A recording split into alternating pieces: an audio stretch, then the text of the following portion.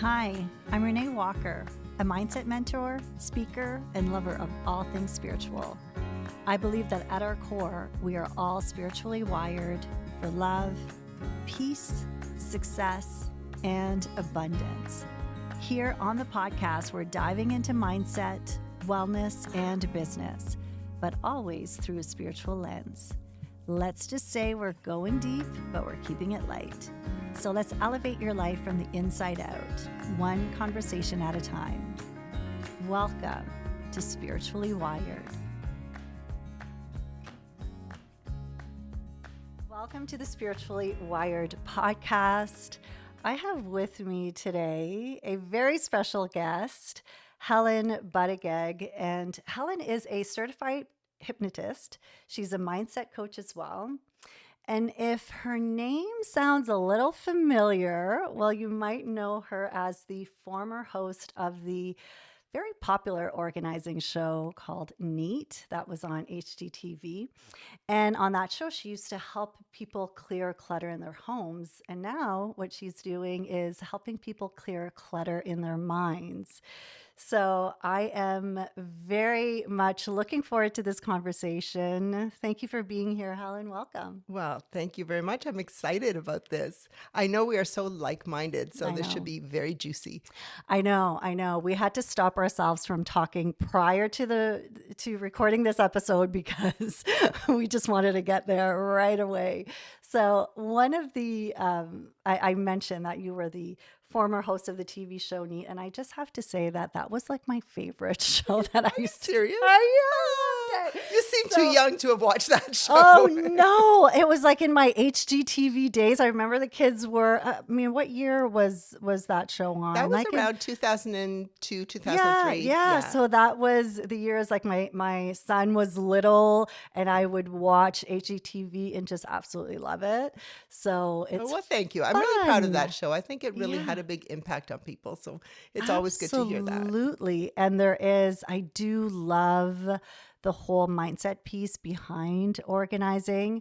And so it was really cool when now we've connected later on and to see you really reinvent yourself in so many different ways. So if we can just maybe go back to those days, and I'd love to kind of get your perspective on the fact that you were, for most people, that is the dream, right? To host the TV show, to have your own TV show and publish books and have such a public career. But I'm curious what it was for you, like what those days were for you at that time. It was a dream come true. Mm-hmm. There's no doubt about it. And I think that's why since then, I've always focused on helping other people make their dreams come true. Now I'm really clear on what the obstacles are. And that's why when I got into hypnosis, I was able to really allow people to release those self-doubts and the shame that causes this fear of being criticized or rejected. Because believe it or not, that does get in the way of people who have so much talent and who have really big dreams.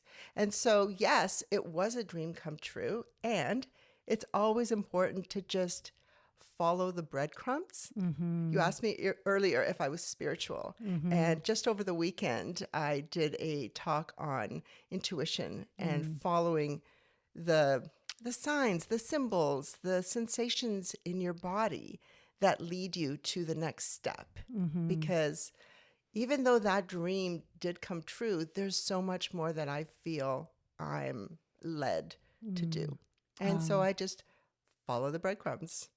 I love that. And I find that it's the piece that we don't talk enough about in the sense of, when we learn to trust our intuition and to follow those nudges and to pay attention to what we want to do.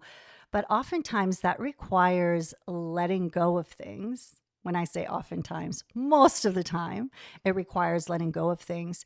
And letting go is one thing when it doesn't work for you, but letting go of something that is successful, that is working, that is, quote, as we talked about, what the dream is, that really requires a lot of trust and a lot of courage. So, was that transition for you? Was it easy? Was it difficult? Or what did that look like?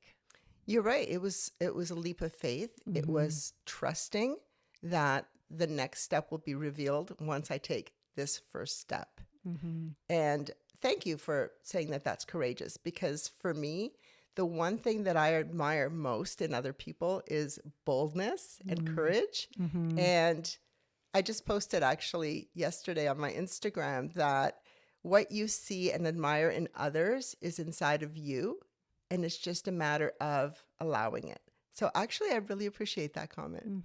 That feels really good in my heart. Oh, good. I'm glad you can receive it, because it really is something that I've seen play out in so many different ways. And I know for me personally in my own life, letting go of the good things is knowing that there is something greater that's calling you. So, yes, there's that trusting in I'm meant to do that, but wow, not easy Yeah. to Well, let you go. know what? I always say when one door closes, a bigger door opens. And Absolutely. it's just all about stepping onto that big stage. And yes, it takes trust, it takes courage.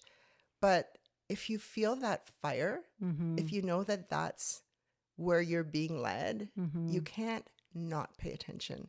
Because in my experience, if you're not listening to the whispers, they're getting louder and louder. And next thing you know, boom, brick to the head, right? 100%. Yeah. Yeah. Yeah. So, a big part of the work that you do today is based on hypnotherapy. What was that? Like, what is it about that modality that really spoke to you and that called you? Well, I read somewhere that you can't change consciously what was installed subconsciously. And that was a big aha moment for me. Yeah. So after I did the organizing, I mean, I did a lot of coaching when I was doing the organizing because they do go hand in hand. Yeah. So when I was just primarily doing the life coaching, I was finding that it would take sometimes 3 months to start seeing the changes and the shifts. Whereas with hypnosis, because we're going directly to the subconscious mind, which is the part that runs 80% of the systems in our bodies, it was quick, it was efficient. And I'm all about efficiency, right? So why am I taking 3 months to help my client shift when I can just flip a switch, really, and do it in 1, 2, 3 sessions, most of the time 1 session. And so I just loved that high impact, efficient way of doing things. It just really spoke to me. And is it something that you were using personally in your own life? Did it help you with some Yes. release? Yes. For me, it was a lot of different things. Sometimes the issue is not the issue. Actually, I'm going to just backtrack and say most of the time, the issue is not the issue. So you can go to hypnotherapy, for example, to release procrastination, let's just say, because that's an area that I really focus on. But it's not about the procrastination, right? That is your subconscious mind protecting you from something. So that is a trauma response. That's not laziness. It's a trauma response. So somewhere down the road, when you were little, maybe you did something that you were proud of and someone said to you, it wasn't quite right. It wasn't good enough. And so that gets installed and it runs in the background and you don't even realize it. So then you're thinking, well, I really want to write this book, for example. But anytime you go to do it, that subconscious story starts running in the background and the fear just pops in and you feel stuck and immobilized, right? And so the issue is never the issue. What I do is just help my clients content free. We don't talk about, it's not talk therapy. We don't talk about what could the root cause be, because honestly, you'll never find it. It's so buried deep in the subconscious. So we just let go of the emotions that are related to that trauma. And your subconscious mind knows which emotions to let go of. So that's the crazy thing. Once you release those emotions, everything's flowing. And so, yes, I went actually to hypnotherapy for headaches. And it was not about the headaches. You know, it was a lot of inability to use my voice. It was, I want to be a good girl. I don't want to ruffle any feathers. So I wasn't speaking my truth. And that tension that I was suppressing my words was causing the headaches, probably. But we never know for sure. Yeah. The important thing is it works. I don't ask my mechanic how to fix my car. Yes. I just get him to fix it, and then if it works, I'm happy. It's about that transformational result. Yeah. And again, it's like the trust that it's released and trying to make sense of it.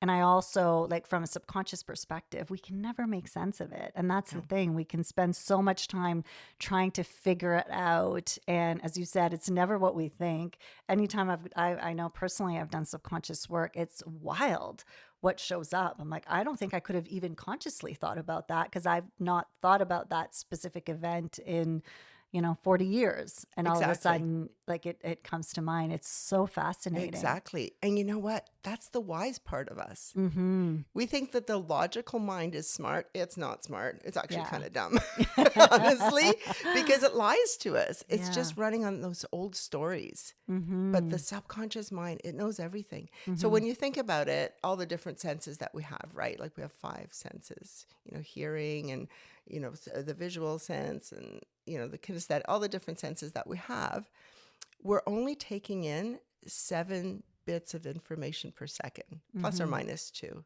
But the subconscious mind is taking in trillions of bits of information every second.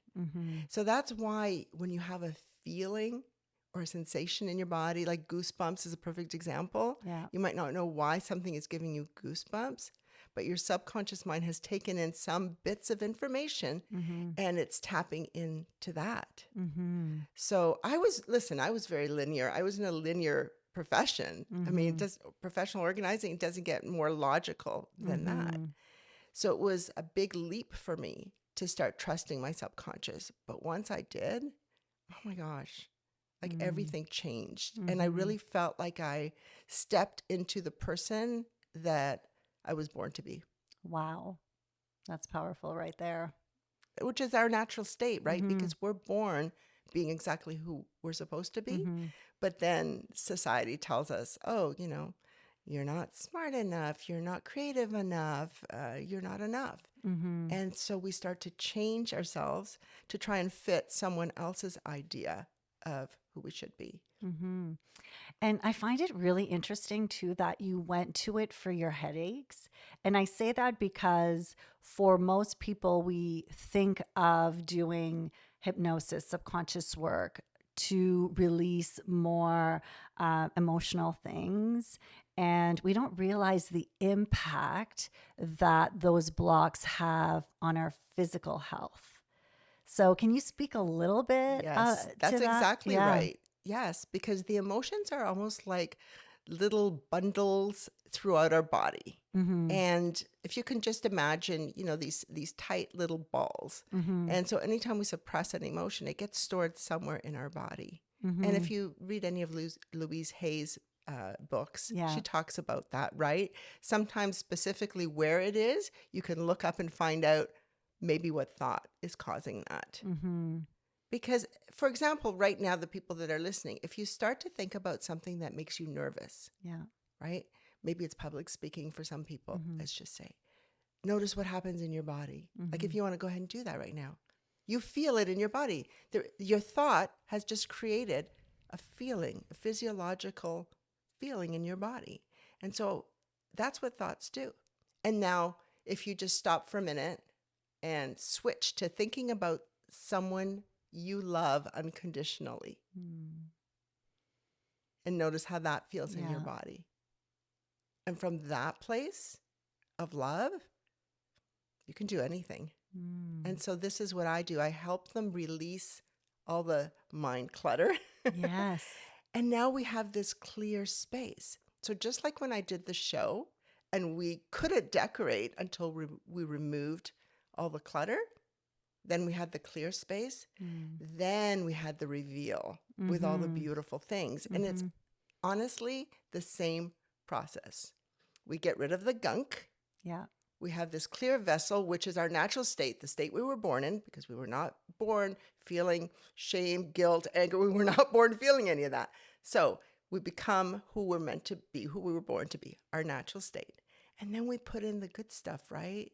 Like more joy, more love, more self-acceptance, all of the things that I think it's pretty universal what we want when you start to peel the onion and get to the core of what everybody wants.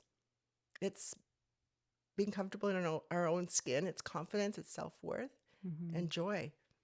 Yeah. And I mean, peeling the layers, right? Because that is the piece to it, that there are so many more layers than we can even imagine. Exactly. I'm curious. So when you work with someone, do they typically come to you because they have a specific issue that they want released? Or is this the kind of work that works in so many different ways, in different levels? Do you need to know what it is that you want, or?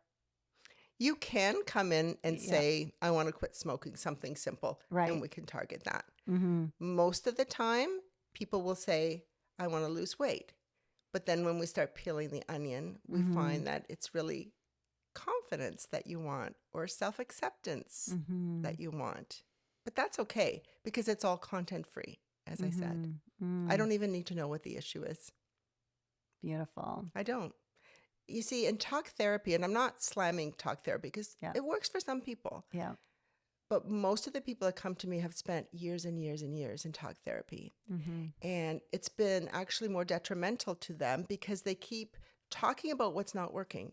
And you and I know that what you focus on, you attract more of.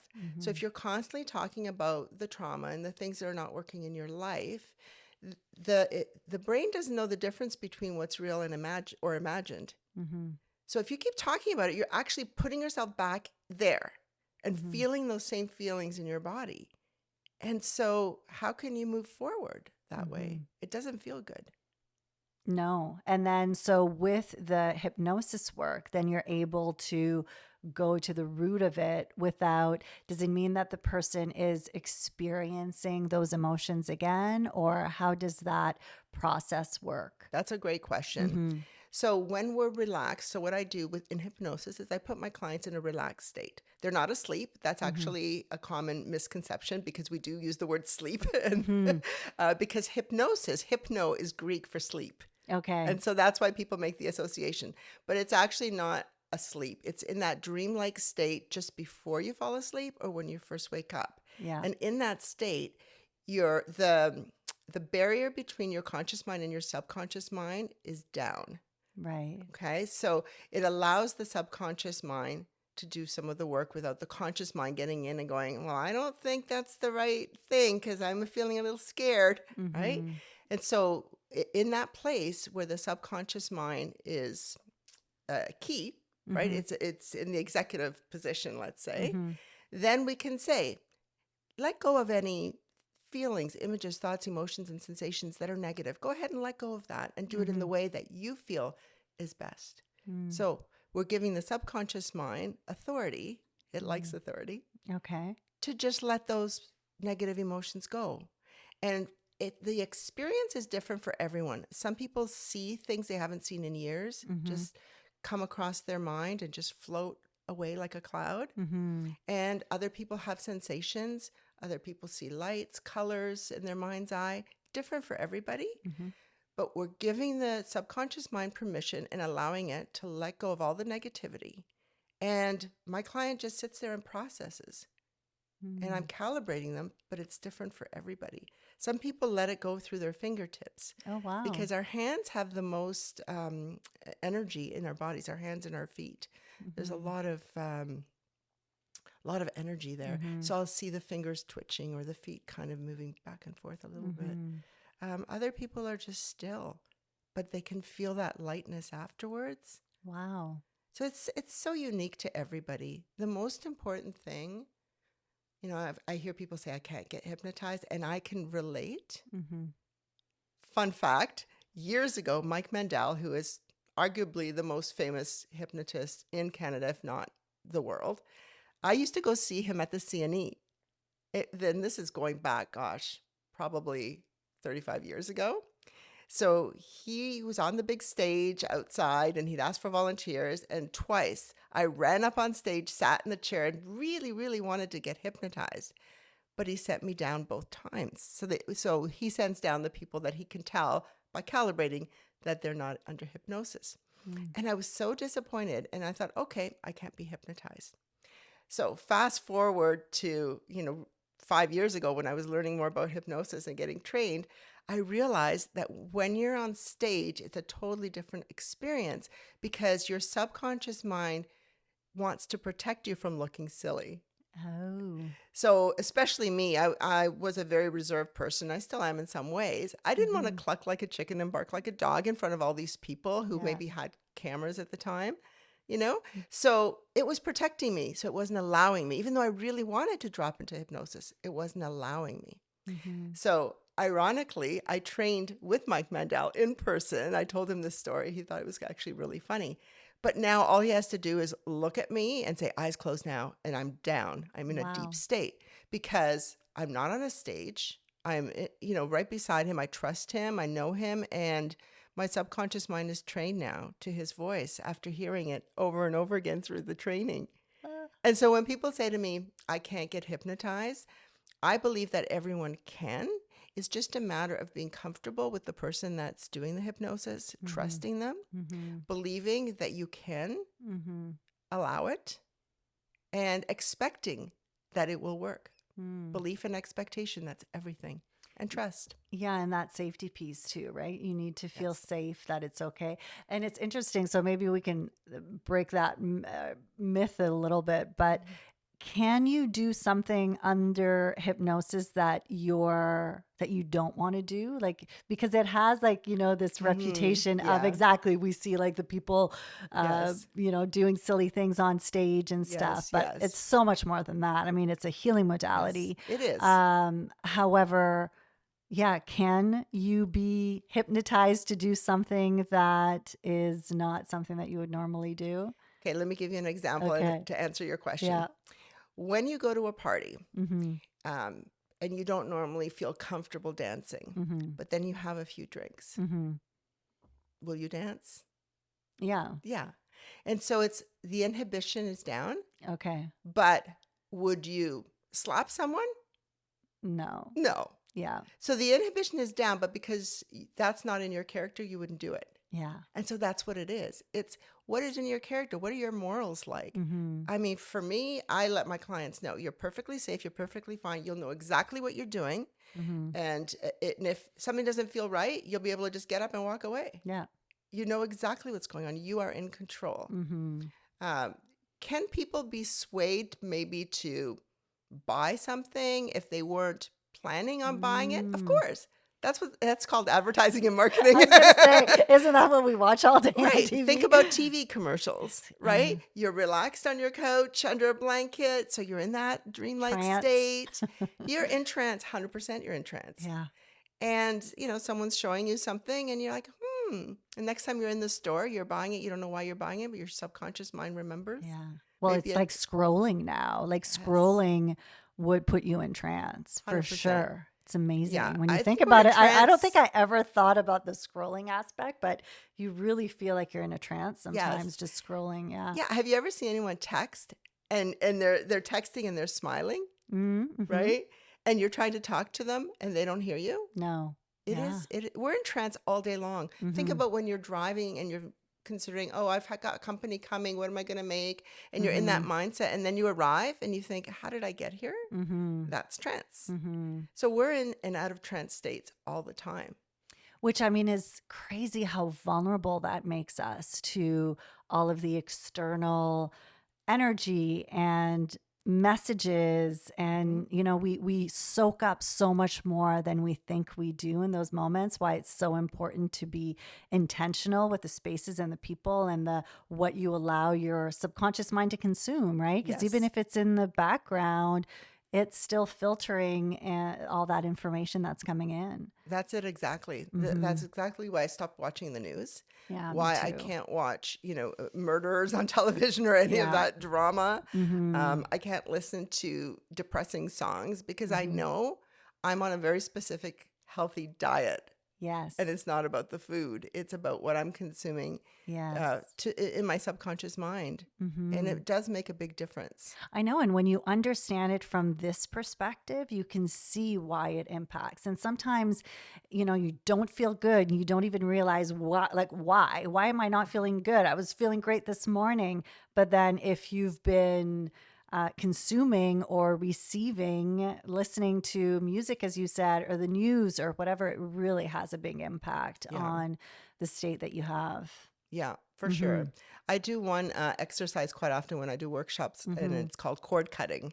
And it's the same kind of thing. You don't realize that these people in your life, they may be in your life now, or they may be in your life from the past. Yeah. They are also draining your energy, and you don't know why you feel down.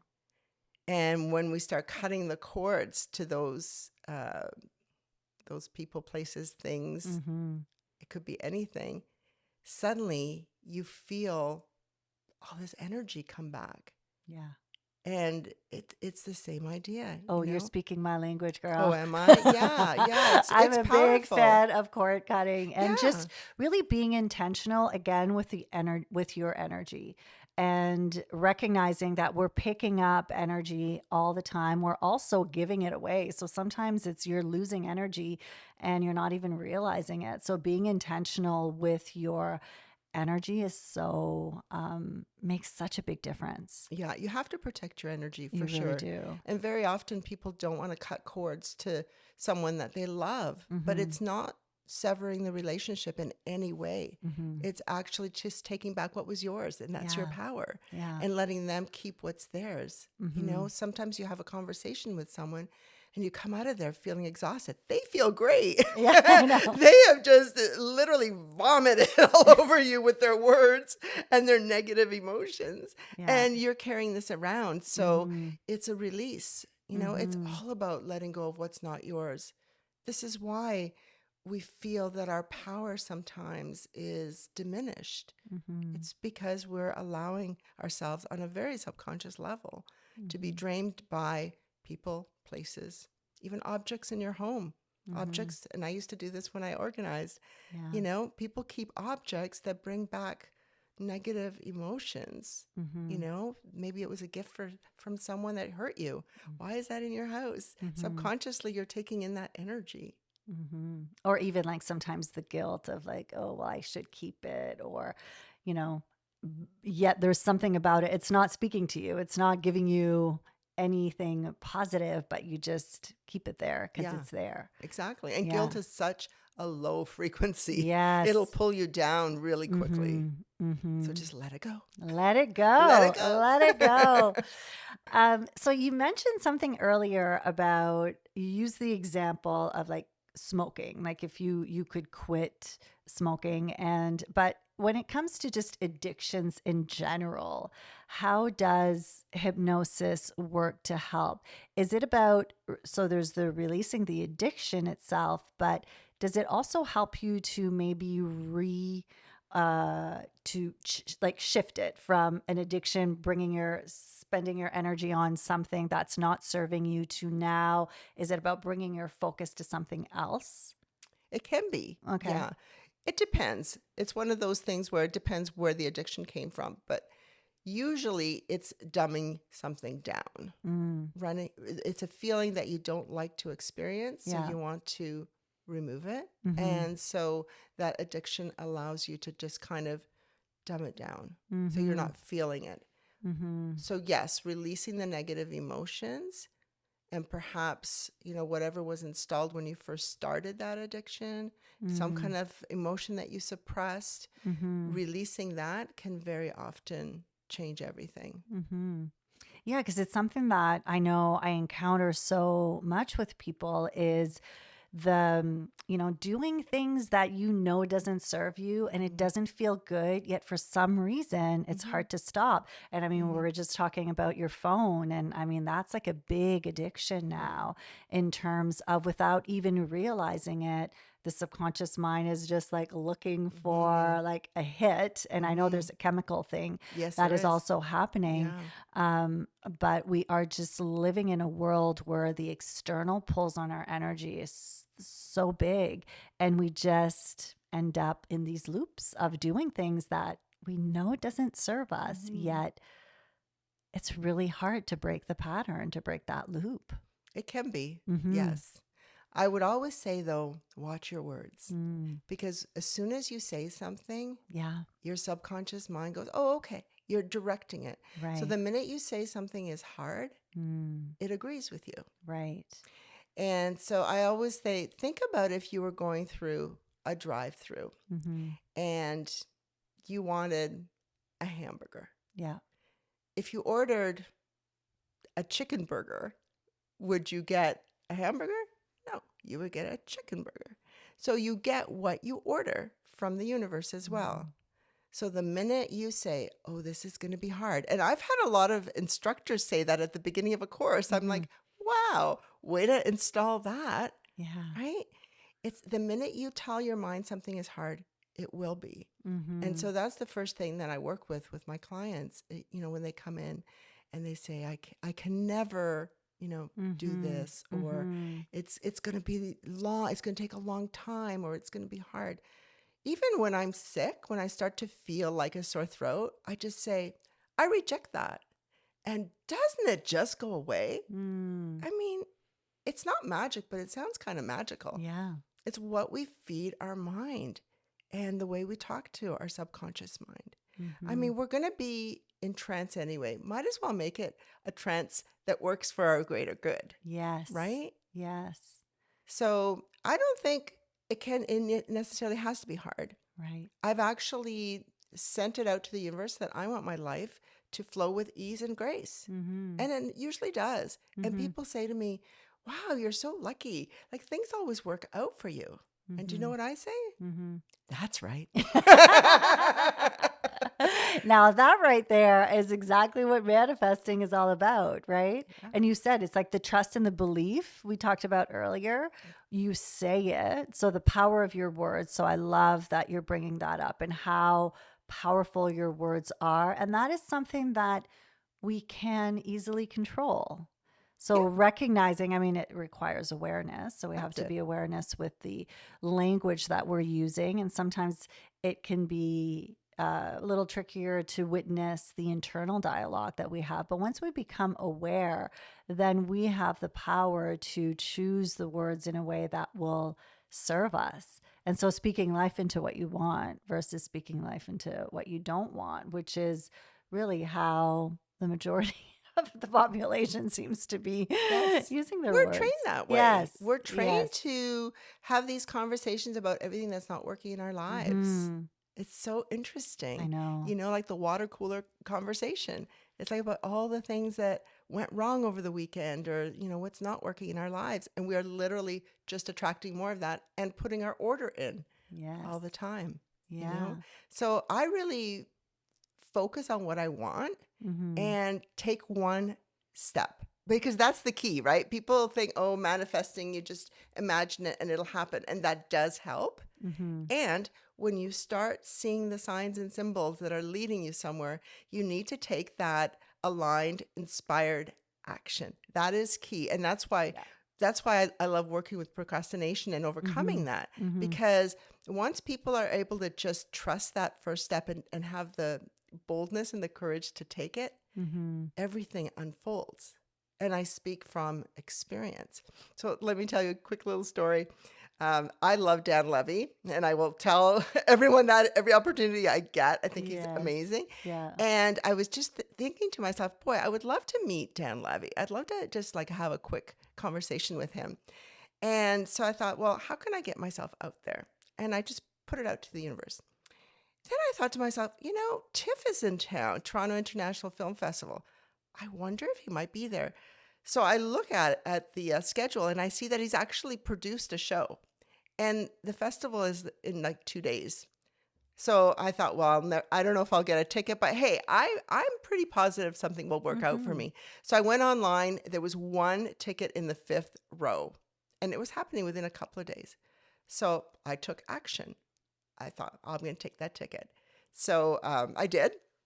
And then I heard something about a fan zone. I'm like, what is that? It just came up on my feed, right? This is the universe sending me signs. Yeah. Fan zone. Well, apparently you can jump on Ticketmaster and get a ticket to be where the red carpet is. And they only have a few of those. And I thought, I'm going to get one. So I went on Ticketmaster, got the ticket, went down there, and there he was right in front of me. I said hello to him. I told him I love him. I got a selfie with him. And even his dad was there, Eugene Levy, got a picture with him. They were both lovely. And then we went in to see his movie, and he sat like 2 rows behind me with his whole family. And a week ago, none of this was even on my radar. But I just took that first step thinking, gee, I wonder if, he's there. So that I was a love little bit it. of excitement I for love me. it. And people are Yes. like, well, you're just lucky. Yes, I am lucky. And I think we are all lucky, but we make our own luck, Exactly. It's by our creating thoughts it. and our actions. And so procrastination is a big piece of, and you have an offer. Can you tell us a little bit about that offer that you Yes. have around Okay. procrastination? Absolutely. So the reason I wrote this guide is because I love to see people manifest their dreams. I have seen so many talented people, and I want them to get what they deserve in terms of their success and their impact in the world. So this is a free guide. You can just jump on, and I'm sure you'll put the link in your Yes. show notes. Yep. And you can get this guide on overcoming procrastination. It does have a lot of practical tips and hints, and it also has some brain hacks because, as I said earlier, procrastination is not laziness. It is your subconscious mind protecting you from some kind of a trauma. It's a trauma response. And we don't need to get to the root cause of it, but there's a lot of ways of taking action. So I encourage everyone to grab the book. It doesn't cost you anything. And if it helps even just one person move towards that magical dream, then I am thrilled. And is there, like, if someone is, let's say there's something that you really want to do and you know the next step, like you know what you have to do, but for some reason you're just procrastinating on it. What's your biggest tip to help someone in that moment? There's so many. There's so many. I would have to find out exactly what it is that is causing the procrastination. Right. So it's not about just like the, eat the frog or the 5-second rule that Mel Robbins and this is the says. sad thing. A lot of people have tried all those things and it hasn't worked, and it's only made them feel more down on themselves. And that shame actually causes more procrastination. It's almost like a vicious cycle. When you want to do something and an expert has told you how to overcome procrastination, if it doesn't work for you, then you feel even worse. And the worse you feel, the less action you take. Right. So a lot of it is about just releasing those, noticing, as you said earlier, noticing, becoming aware of the thought that comes in your mind, and just asking, is that true? So let's say, for example, you're procrastinating on writing a book is a popular one, I think, for your listeners, and you're ready to do it, but instead you're sharpening pencils. It's catching that thought that drifts in your mind. Well, if I write that book and I get criticized, I'm going to feel really bad. Yeah, well, maybe when you were young, you did something and you were criticized. That happened to me. So I know that feeling, and it stopped me for a long time. So that's a big part of why I wrote this. So yeah, there's a lot of practical tips and tricks. Some may work for some people, some may work for other people. Try them and notice some of the psychological tips and tricks in there as well. It is a mind game, and it's a mindset. It's so interesting. Like once you really start to witness yourself, like I recorded a podcast not too long ago where I was just sharing that I had this like big win and I was so excited and super happy. And then I realized a few days later that I didn't take action on what I needed to do, which was like super simple things. And so it was interesting because I was able to like witness it at least in real time. And it was only a couple of days later, but I'm like, oh, yeah, because I was like just hitting that upper limit of what felt comfortable for me in terms of like, oh, what does this mean? What does this win mean?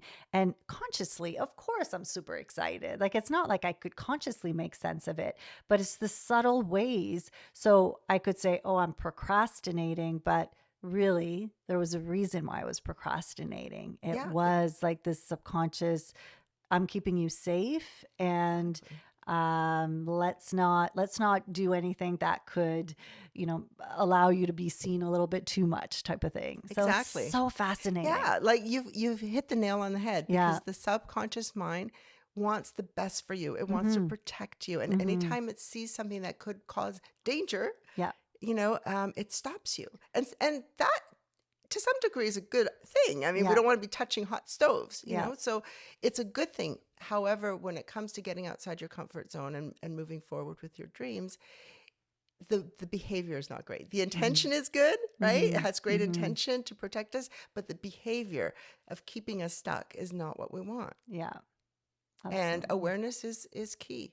And the easiest thing is just to go in trance and let Yeah. your subconscious mind figure it out. We don't have to figure it out logically. Yeah.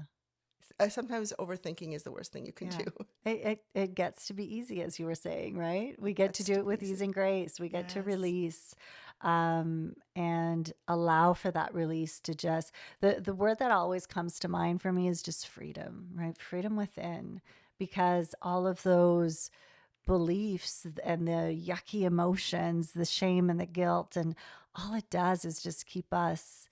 There's a heaviness to it, and there's a tightness, a tension. And when we are able to let go of those things, it just invites so much freedom within, which, I mean, ultimately is what we want. Yes. Well, it's a great vibration, isn't it? The frequency of Yes. freedom. Yes. It automatically attracts beautiful things into your life just being at that high frequency because Mm-hmm. these emotions like guilt and shame, they're very low on the scale of Mm-hmm. frequency and you'll Mm-hmm. just get more of the same until you can release Mm-hmm. them. But Mm-hmm. as you were talking, it just dawned on me that when I was organizing and we were going through people's things, and I could tell that it was something that wasn't serving them, I would say, can you let that go? Let it go, let it go. And now in hypnosis, I'm doing the exact same thing with my clients. It's Right. like allow those negative emotions to come up and let them go. Let them Yeah. go. Let them Yeah. go. So really, I'm just laughing here saying, wow, I'm actually doing the same The exact thing. same thing. Yeah, Yeah. And but it is liberating, as you say, mm-hmm. that sense of freedom. And it's the same as when you got rid of a bunch of stuff in your house Yes. that didn't serve you, and It's all the of a best sudden feeling in the world. it really is. It's Yeah. cathartic and it's liberating. Mm-hmm. And that's exactly what it feels like when you let go of those emotions Mm. that kept you stuck and, more importantly, can create dis-ease in our body. And Yes. it can be headaches or knee pain or stomach pain, especially, right? Mm-hmm. Women, we Mm-hmm. hold a lot of tension there in our solar plexus. And just allowing that to release, Mm-hmm. it does wonders for your health too, so that you Yes. can be vibrant and do all those things that you want to do with your life rather Mm-hmm. than feeling stuck and, heaven forbid, having to get doctor's appointments and Mm-hmm. pharmaceuticals. But don't get Mm-hmm. me started on that because I believe our bodies can heal. Yes. I really do. No, I love that you just brought that analogy, because I think that that is something that most of our listeners can connect with, is that feeling of, when you just clear space, the lightness that it brings. And I mean, the thing with outer clutter is that we visually see it. So we're able to, like, there's like that tangible proof of like, okay, this did not feel good before because I could visually see the clutter, Yeah. and now it feels good. But then it's the same thing from within, just that sense of lightness that you can't quite explain, right? Again, it's not that we necessarily make sense of it, but there is a lightness that comes with letting go of it. And this is where that trust piece is so much more important with the subconscious work, because we can't see it, right? It's not like the clutter in our home. We can't see what's going on from within, yet we can trust the feeling of what it invites when we allow ourselves to let go. So, such a powerful analogy Yeah, to you're look right. at I mean, it. I never really thought of it that way. That's Mm-hmm. brilliant. It's not tangible. It's Yeah. true. That's why we got to get out of our heads Yeah. and into our bodies, because our bodies never lie. Yeah. And our head, there's a lot of lies there from old Yes. programs. Yeah. And, when they come up, notice them and question them. Mm-hmm. When you hear that little voice that says, oh, that's too hard for you. You can't do it. You're not smart enough. You don't have enough training. You don't have enough courses under your belt. You don't have a certification. Yes. All of those things, is it true? Is it true that I can't go for it? Is it true that I don't have enough knowledge and experience? Because quite often, if you're called to something, that means you're supposed to do it. Yeah. And that you have everything you need within you. And your wise self knows all the answers. Absolutely. It's just trusting. Yeah. Now, since we're on the Spiritually Wired podcast and we did have a quick little convo before, I would love to get your perspective on what does spirituality mean to you in your life, and what role does it play? Because we've talked about manifesting, which means, there's a higher energy that is co-creating with you when you're manifesting. So what's the role that spirituality has in your life? Spirituality is my guide. I get the messages. I feel like I can be a channel for love and healing. And it's not me, it's my wise self. It's spirit, it's source, whatever you want to call it.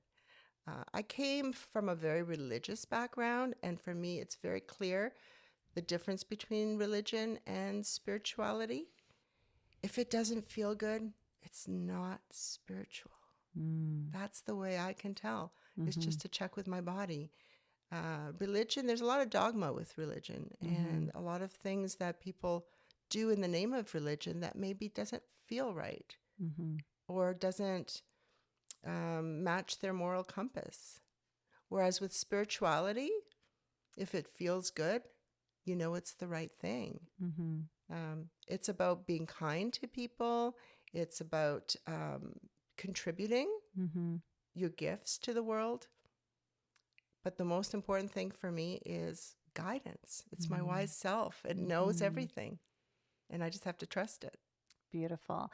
And you mentioned that you grew up more with a religious faith.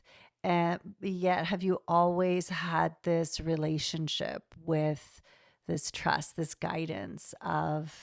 That's a good question. I'm really not sure when I think back. I don't know that I was aware of it. Probably I started to become more aware in my late 20s, early 30s. I had taken this great Dale Carnegie course, actually. Yeah. And this even before I had my kids. And it was how to stop worrying and start living. Yes. I was a big worrier. And oh my gosh, I worried about everything. But I came from very fear-based parents. Yeah. Not to throw them under the bus. But so I had a lot of worry. And I believe that there was a spiritual component to that, because the thought leaders from back then, the 30s, the 40s, the 50s, they were very spiritual. Very much. And they didn't use the word spirituality per se, but they talked about manifestation, and they talked about if you can imagine it, you can achieve it. And so I think that was my first introduction to it. And I did get over worry. Oh my gosh. It's so freeing not to worry about every little thing. I used to be so in my head, even as a very little girl. I'm an only child, and I feel like I had always adults around me. So I grew up very quickly. And I ran into someone actually that knew me as a child. I hadn't seen him in, 50 years. And he said to me, my God, you were such a overthinker even back then. Like you were always in your head at 4 years old. And so it's so liberating, really, to get out of my head, to stop that overthinking and the perfectionism that comes along with it, I would say, because I am a recovering perfectionist. And just to really feel. That's what really matters now, is what it feels like. Being in your body, right? There's something so powerful about, and that can take time, because it depends maybe the family that you grew up in, but even in the times that you and I grew up in, we certainly were not encouraged to listen to our bodies, to trust. There just was no language. And it's, our parents did the best with what they knew as well. Like now there's just so much more. And it's so cool now to see the younger generation being so tapped in so early on, which I think is incredible. They have their own things that are going on, but it's so important and so powerful when we can learn to really tune into our body. And then at the same time, to be tuned into this higher energy, whatever you want to call it. But that's beautiful. I love the way that it's helped you in, you keep coming back to guidance, right? And that's the big thing, is you don't have to do it alone. Like when I think of spirituality for me, is it's opened up a whole world where, I don't have to be the one to do it all. I don't have to figure it out. I speak of perfectionism, same thing, right? Perfectionism. It's like, if I can control my environment and the best way, then things are going to be okay. And so when we open up ourselves to a more spiritual perspective, it does require letting go of control, which is the hard thing. Yet at the same time, wow, like the possibilities that come from it. So incredible. Yeah. That really speaks to me about the control and surrender, and how surrendering really creates the magic. Just this past year, we were looking at a beach house, and I was so sure I was supposed to buy that because of all the signs. The one thing I asked the universe is, if I'm supposed to buy this house, show me a dime, because a dime is, every time I see a dime, I know it means move forward with this. And I have a huge collection of a whole mason jar full of these dimes, with the universe supporting me. So fun. And so my husband wasn't sure about the place because it needed a lot of work, but I knew it in my heart and soul. And I went up to the bedroom that overlooked the water, and I wanted to show my daughter the view because she had come to see it with us. And I said, come see the view. And the room was empty. The house there was no furniture. And I looked down, and there was a dime sitting there, nothing else in the room, just a dime. And I got so emotional because that is the ultimate support from spirit. And there were so many other signs. I mean, we don't have enough time to go over them. There were so many. And then the deal was not happening. We were making an effort. We were going back and forth negotiating, and we had reached the point where we couldn't go any further in our budget. And I was a little discouraged, and I thought, that's very strange, because spirit always shows me the way, and it is showing me so many signs. And I was disappointed, and I struggled with it. And then I just thought, okay, I just let it go. I thought, okay, maybe I read the signs wrong, and I just let it go. And then a week later, they came back and accepted our offer, and oh, what a great story! I got the beach house that I always dreamed about, and loving it. And the house is magic. It's got a spirit of its own, and a lot of wonderful magical things have already happened. And does your family know, like, oh, mom saw a dime, so we're in?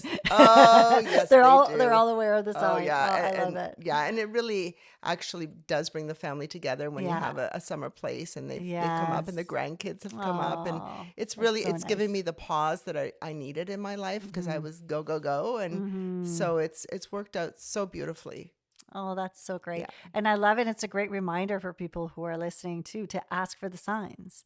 Sometimes we forget to just ask for confirmation. Yes. And it's possible. And don't be attached to how the sign will show up. Yes. Because sometimes it won't show up the way you think it is. It's going to show up.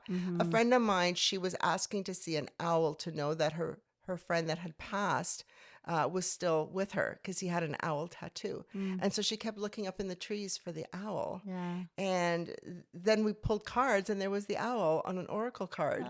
So sometimes it's not the way that you expect it. And just be patient, because they will show up. Just trust and be aware. I love it. Thank you so much. Oh, my pleasure. I know we could keep going. This has been such a beautiful conversation. Now, for people who want to be in your world, what is the best way for them to connect with you? Best way to connect with me is just go to my website, HellenTheHypnotist.com. Okay. And Hellen is spelled the Greek way with 2 L's. Okay. So HELLEN, HellenTheHypnotist.com. Okay, wonderful. We're going to put that in the show notes as well. Thank you so much for being with us today. My pleasure. It was This so was much fun. so great. And I want to remind everyone that you are spiritually wired always for love, for success, for peace, for abundance. And we'll see you next week. Thank you for listening to Spiritually Wired. If you enjoyed this episode, be sure to follow and leave a review. It really makes a big difference for the podcast. And if you're ready to dive deeper and join a soul-led community, come be a part of the Spiritually Wired membership. With weekly live lessons and a rich library of recorded classes, it's designed to support you every step of the way on your spiritual journey. We currently have a special offer where you can receive your first month for half the price. You can find a link in the show notes or come check it out at ReneeWalkerWellness.com. Until next time, remember to take some deep breaths. Remember that you are spiritually wired.